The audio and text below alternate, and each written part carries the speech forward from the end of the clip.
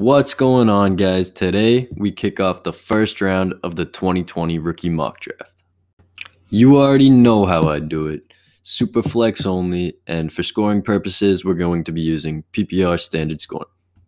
So without further ado, with the first pick in the 2020 Rookie Mock Draft, FF Boz selects Joe Burrow, the QB out of LSU, the first pick in the NFL draft, coming off the greatest statistical college football season ever.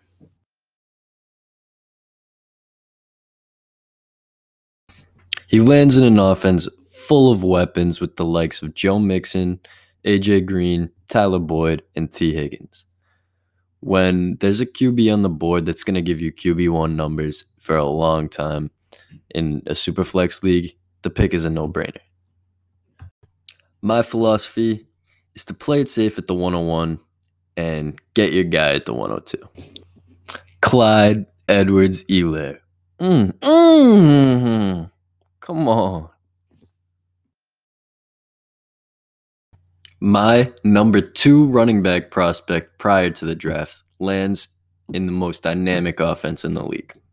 Being the first running back off the board and handpicked by Patrick Mahomes, Clyde will push 80 receptions this season. He's my number 1 receiving back in the class, and he's also a better runner than anyone else in that offense. And by mid-season, the Chiefs will realize this, and he'll be taking 80% of the snaps. At 103, I'm taking my good friend Jonathan Taylor to the Colts. Stretch out. Hell yeah, Johnny.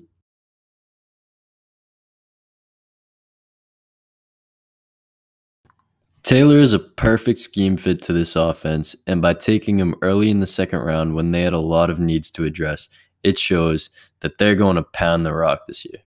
Running behind Quentin Nelson, Jonathan Taylor will crank out 100-yard games and be in the end zone often. He was my top running back prospect prior to the draft, and if Clyde had ended up in any other situation, Jonathan Taylor would be my first running back off the board. At 104, give me another safe QB prospect. Look at that ball. Tua Tagovailoa. I have no problem with anyone taking Tua at the 102, and the only reason I have him at the 104 is because I'm in love with the top 3 prospects. He's a can't-miss QB prospect, the hip injury is not a huge concern, and the Dolphins have a young foundation for him to build around. It's a great long-term pick. At 105, we have, DeAndre Swift, baby. DeAndre Swift ends up in Detroit at 35th overall, and frankly, I love this landing spot. DeAndre Swift was my least landing spot dependent prospect, my running back 3 coming into the draft, and after landing in Detroit, he's still my running back 3 because he doesn't need to be that workhorse back and has never been a true workhorse, even at Georgia.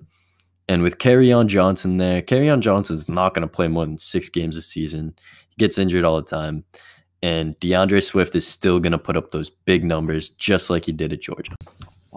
At 106, we got Cam Akers to the LA Rams. Big bag moves, baby. Get your money up, not your funny up.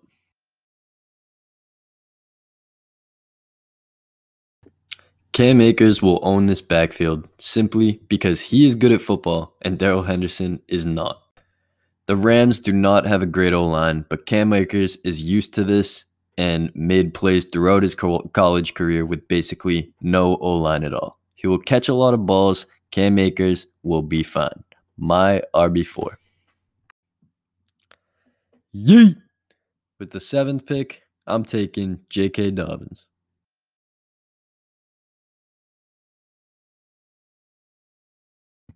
My knock on J.K. Dobbins in college was that I think most of his production came from the system that he was in and Justin Fields' threat to run as well. J.K. Dobbins ends up in Baltimore with Lamar Jackson, who's a better runner than Justin Fields. Mark Ingram will still be taking about 50% of the snaps in 2020. However, J.K. Dobbins will be there for a long time. Him and Lamar Jackson will build something, and this is a great long-term pick. I have no problem with putting J.K. in front of Akers and Swift. I'm a big fan of that immediate production, so I have Akers and Swift ahead of him, but these top 5 backs are all interchangeable to some degree, and they all ended up in very good landing spots. At 108, give me the wide receiver 1 in Dallas, big boy CeeDee Lamb. Look at that. You can't tackle him. That's a wide receiver right there running like a running back.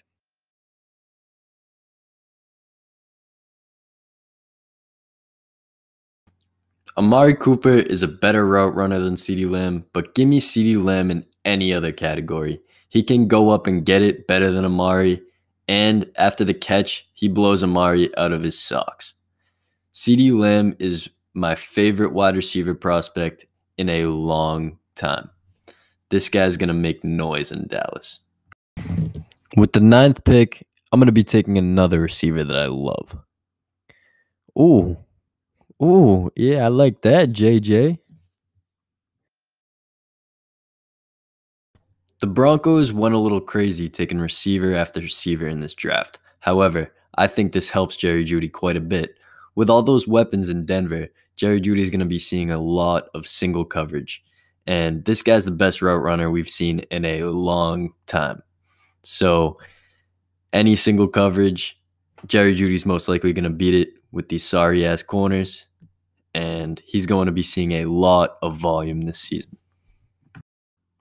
At the 110, I'm taking the last quarterback to be drafted early in this class, Justin Herbert. The Chargers are a good landing spot for a quarterback like Justin Herbert. Justin Herbert has a lot of upside. I'm talking Josh Allen upside. However, there are concerns about his leadership, and this makes me hesitate and take him at the 110 because these top 9 players are all can't-miss prospects. At the 111, some people are going to think I'm reaching, but I'm taking T. Higgins. Look at his body control over these 2 defenders for that touchdown. At that size, that body control is T. rare. Higgins was my wide receiver 3 coming into the draft. And after being paired up with Joe Burrow in Cincinnati, nothing has changed. Cincinnati has a lot of weapons, including A.J. Green, Tyler Boyd, Joe Mixon. However, I think this helps T. Higgins. Athletically, Higgins will not be able to beat these elite corners, and he tends to beat his DBs with fluid and technical route running.